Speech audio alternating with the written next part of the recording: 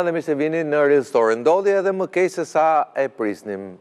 Jo thjesht Saliani, jo thjesht Evi Kokalare apo Alessia Belliu, por edhe zonja që kam pas Meria Mesela nuk e arriti dot të kandidojë përballë Sali Berishës në garën për kryetar në datën 23 maj. Kështu Sali Berisha do të jetë vetëm në fletën e votimit, duke kthyer praktikisht zgjedhjet në një referendum. Referendum i cili duhet shumë mund dhe përpjekje për ta marrë seriozisht. Sot në studio me mua është një nga kandidatët e përjashtuar, po sigurisht njeriu që ka bërë betejën më të fortë këto muaj përballë Sali Berishës, Ervin Saliani. Mirëmbrëma Ervin. Mirëmbrëma, faleminderit.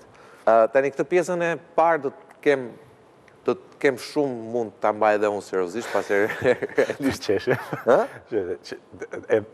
Realisht është shumë vështirë ta trajtosh seriozisht këtë pjesën e garës 23 maj. Është shumë serioze që të qeshem, po e morëm me seriozitet, pastaj duket që kemi një problem ne. Si përfundoi gjithçka kështu?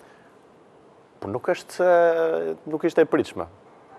Pra, mjerimi intelektual i Sali Berishës, kalbëzimi organizativ dhe rënimi i forcës morale që duhet të ketë opozita, ka kohë që po ndodh në drejtimin e tij.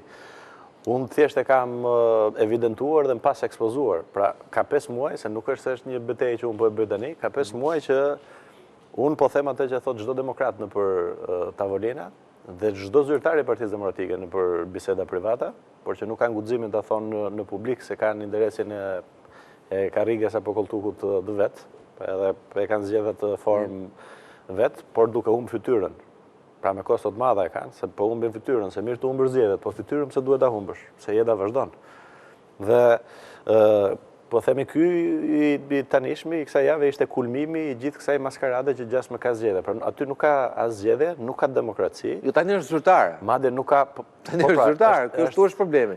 Nuk ka as kamuflim. Është maskarallik zyrtar. Pra është farsë zyrtare. Pra është uzurpim zyrtar. Dhe jo vetëm uzurpim, po tregon qartësisht që nuk ka asnjë interes Sali Berisha për të fituar zgjedhjet, nuk ka interes për ta përmirësuar Partinë Demokratike. Do një parti të vetën që ta përdorë në negociat me Edi Ramën për interesa personale dhe për të krijuar një binom dhe një regjim Rama-Berisha. Pra nëse ka një regjim Shqipëria, regjimi është Rama-Berisha. Pra Ramës i duhet Berisha për të qëndruar në pushtet, sepse duke pasur Berishën si pasqyrë përballë ngjan Miri, më pak i konsumuar, njësoj me problematika të akuzave për korrupsion, me më shumë fatkeqësisht marrëdhënie ndërkombëtare se Sali Berisha, shumë. Pra, këta po bëjnë një lojë dhe Sali Berisha nga ana tjetër bën përfitime tjera personale që janë të dukshme tani dhe evidente. Dhe kjo lëvizje që kanë bërë ka qenë e duhur edhe për këtë arsye. Pra e ka ekspozuar plotësisht dhe i ka rrëzuar gjithë këtë narrativën e gënjeshtër Sali Berishës që interesohet për interesin publik, për partinë më madhe etj. Sali Berisha interesohet vetëm për koltukun e vet. Dhe kaluam nga Lul Brava tek Sali Brava tani. Pra me 2 herë të mbyllura, por ky edhe Sali Koltuku.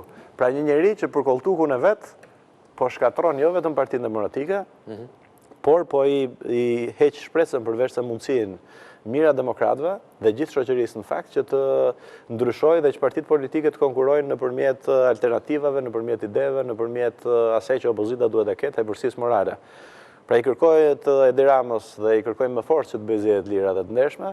Tani imagjinonin çik si duket, ta imagjinojmë pak vetëm për pavarësisht se nuk më vjen mirë që ta them, po